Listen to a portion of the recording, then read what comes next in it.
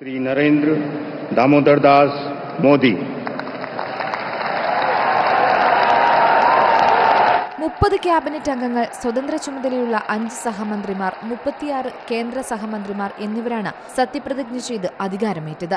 സുപ്രധാന വകുപ്പുകളായ ധനകാര്യം, പ്രതിരോധം, ആഭ്യന്തരം, വിദേശകാര്യം എന്നീ വകുപ്പുകൾ BJP നിലനിർത്തും. വിദേശകാര്യ മന്ത്രിസ്ഥാനത്ത് S. ജയശങ്കർ തുടരും. മറ്റു വകുപ്പുകളിൽ മാറ്റങ്ങളുടെ സാധ്യത നിലനിൽക്കുന്നുണ്ട്.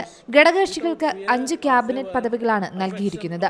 JDU-വിനും TDP-ക്കും പ്രധാനപ്പെട്ട വകുപ്പുകൾ തന്നെ നൽകാനാണ് സാധ്യത. ഇന്നലെയാണ് പ്രധാനമന്ത്രി നരേന്ദ്രമോദിയും 72 മന്ത്രിമാരും സത്യപ്രതിജ്ഞ ചെയ്ത് അധികാരമേറ്റത്. ജവഹർലാൽ നെഹ്റുവിന് ശേഷം ഏറ്റവും കൂടുതൽ കാലം പ്രധാനമന്ത്രിയാകുന്ന നേതാവാണ് നരേന്ദ്രമോദി. ഇത് 3ാം തവണയാണ് മോദി സർക്കാർ അധികാരത്തിലെത്തുന്നത്. രാഷ്ട്രപതി ദ്രൗപദി മുർമു എല്ലാവർക്കും സത്യവാചകം ചൊല്ലിക്കൊടുത്തു. ഹിന്ദിയിലും ഇംഗ്ലീഷിലും MPമാർ സത്യവാചകം ചൊല്ലി.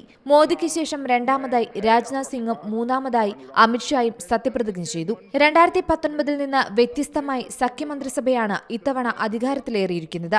BJP-ക്ക് തനിച്ച കേവല ഭൂരിപക്ഷം ഇല്ലാത്ത സാഹചര്യത്തിലാണ് തൂക്കുമന്ത്രിസഭ അധികാരത്തിലേറുന്നത്. കേരളത്തിൽ നിന്ന് സുരേഷ് ഗോപി, ജോർജ് കുര്യൻ എന്നിവരും സഹമന്ത്രിമാരായി സത്യപ്രതിജ്ഞ ചെയ്തു. 9 പുതുമുഖങ്ങളാണ് 3ാം മോദി സർക്കാരിന്റെ മന്ത്രിസഭയിലുള്ളത്. 10 പേർ SC വിഭാഗത്തിൽ നിന്നുള്ളവരും 5 പേർ ST വിഭാഗത്തിൽ നിന്നുള്ളവരുമാണ്. രാഷ്ട്രപതി ഭവനിലാണ് സത്യപ്രതിജ്ഞ ചടങ്ങുകൾ നടന്നത്. സമൂഹത്തിന്റെ വിവിധ മണ്ഡലങ്ങളിലുള്ള പ്രമുഖർ ചടങ്ങിനെത്തി. ബംഗ്ലാദേശ് പ്രധാനമന്ത്രി ഷെയ്ഖ് ഹസീന, മാലിദ്വീപ് പ്രസിഡന്റ് തുടങ്ങി വിവിധ രാജ്യങ്ങളുടെ തലവന്മാർ ചടങ്ങിനെത്തിയിരുന്നു. News desk C Malayalam news.